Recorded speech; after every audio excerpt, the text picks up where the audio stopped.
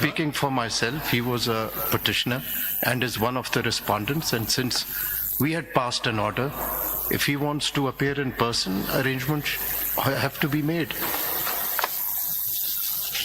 How can we condemn him unheard? My lord, in the original proceedings, he appeared through counsel. So Khwaja Haris represented him in the original proceedings, and now the matter has come up in appeal. So I don't understand how the respondent. This is not for your understanding. This is for the understanding of the respondent, whether he wants to appear in person or he wants to engage a counsel. Of course, but there is nothing so far. I haven't seen it on record. No, but he's one of the respondents. How can we deny him access to the court? Of course, Your Honor. Yes. तो ये आज ही हमें भेजना था, पहले नहीं आ सकता था? ये कब आया हमारे पास? ये तो ऑफिस ने हमें दिया है। ये तो मुझे अभी कोर्ट में मिल रहा है कुछ। कब आया ये रिपोर्ट कब आई उनकी नोटिस का reply? At the first stage, my lord, the matter was heard for about almost a year, and throughout the year, Khwaja Haris Ahmed Sahab represented. That is understood, you see, since it's a matter that involves, NAB, which has been perceived as being involved in political engineering, so wants to appear in person. How can he be denied access to the court?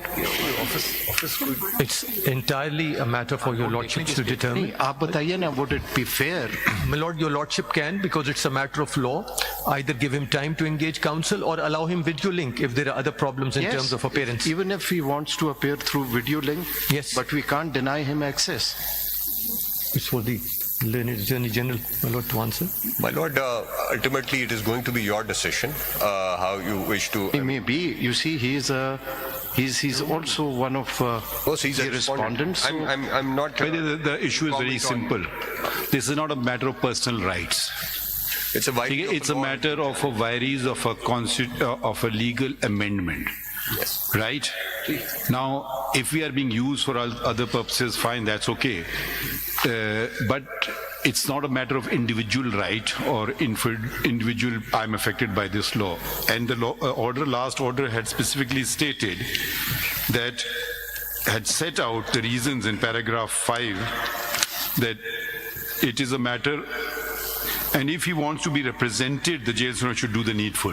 Okay, now this, where a matter of pure constitutional law and the ultra vires or the intra vires of a amendment is to be sought, will we be assisted by a person who's not a lawyer?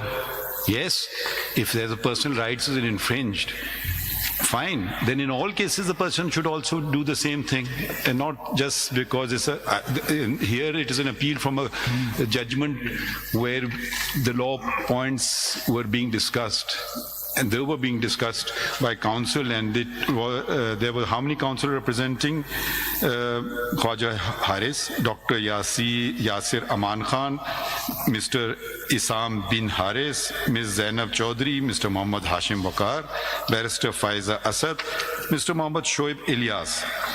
Right, I have no problem on representation, but if it's to be it's to be used for some other purposes, then it's a matter which we need to consider. Will we be guided by a layman, particularly when he has no interest in the matter, in the sense it's a matter of law. Either we uphold the judgment or we set it aside the judgment, that it is ultra vires or intra vires the constitution. That's the question before us.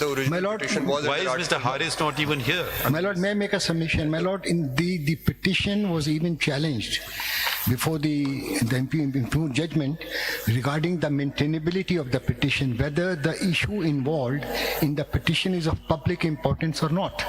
And the question of public importance can only be answered in the legal and the constitutional framework by a lawyer and not by an individual.